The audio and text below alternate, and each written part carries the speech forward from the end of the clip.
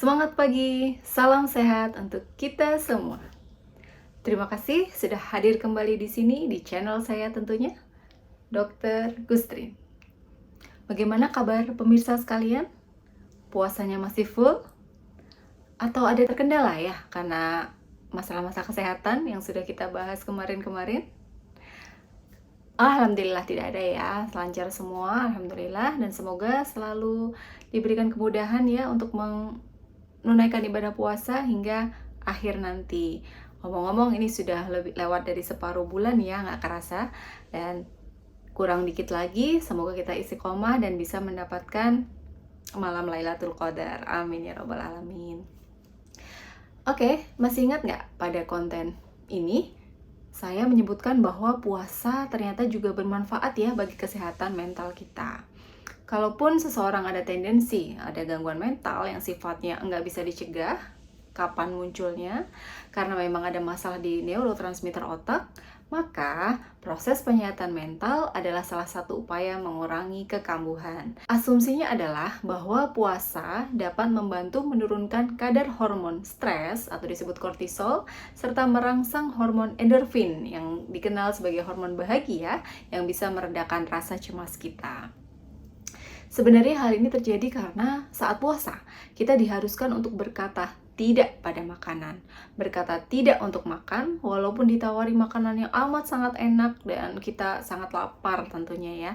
Yes, it should be no until iftar.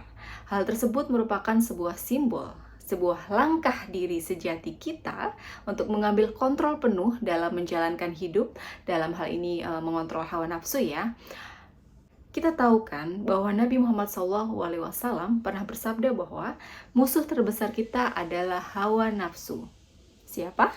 Ya, kita sendiri. Dan mari kita sedikit melebar dari perkara kesehatan. Kita kaitkan juga dengan sebuah perspektif spiritual ya. Kita ini manusia. Sebuah creature atau makhluk hidup yang cukup kompleks ya. Selain kita ini sejatinya adalah ruh yang ditiupkan ke dalam fisik nih, jasad kita ini, fisik kita juga dibekali akal untuk berpikir, kemudian nafsu, perasaan, emosi, yang kesemuanya harus dikontrol agar tidak kebablasan dan menimbulkan efek buruk pada casing kita ini ya, pada fisik kita, dan akhirnya juga akan memengaruhi rohani atau ruh kita yang mungkin familiar kita sebut dengan jiwa ya, atau mental. Misalnya kalau kita terlalu menggunakan pikiran, maka kita akan jadi sosok yang pencemas, khawatir sama masa depan, atau istilahnya mungkin overthinking ya. Ya, kita jadi overthinking. Nah, kalau nafsu berlebihan, kita sama halnya dengan, mohon maaf, dengan hewan. Kalau perasaan nggak dikontrol, jadinya kita gampang baper atau bawa perasaan, lama-lama bisa jadi sedih berkepanjangan, bisa jadi depressive like, dan sebagainya. Nah, puasa ini adalah sarana belajar untuk menundukkan hawa nafsu dan pernak-pernik lain dalam diri tadi ya, agar tidak mendominasi salah satunya. Sehingga dengan demikian kita bisa lebih bersabar dan penuh ketenangan dalam menghadapi ujian dalam hidup ini. Ditambah lagi, secara sosial, di bulan Ramadan juga mengajarkan empati ya, belas kasih dengan sedekah maupun zakat yang disyariatkan ya.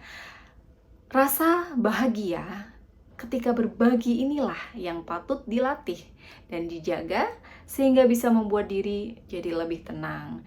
Dan pastinya itu baik banget buat kesehatan mental atau jiwa kita. Bener atau bener banget?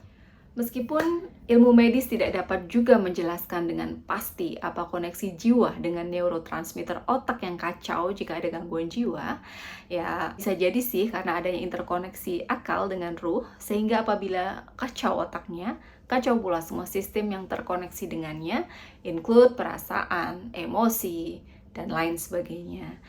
Sebegitunya keterbatasan akal manusia untuk mendefinisikan ruh, atau jiwa, atau mental kita nih gimana kok bisa seperti ini. Hanya Allah yang tahu pasti, dan hanya Allah yang tahu bagaimana cara untuk melatihnya agar tetap on track di jalan yang benar, di jalan yang Allah tetapkan untuk kita meraih atau menjalankan visi misi kita untuk di dunia ini sebagai khalifatullah dengan misi spesifik yang kita harus mencari dan menjalaninya dengan penuh keikhlasan, sepenuh hati, agar kita nanti akan kembali sebagai ruh yang suci kepada Allah Subhanahu wa Ta'ala.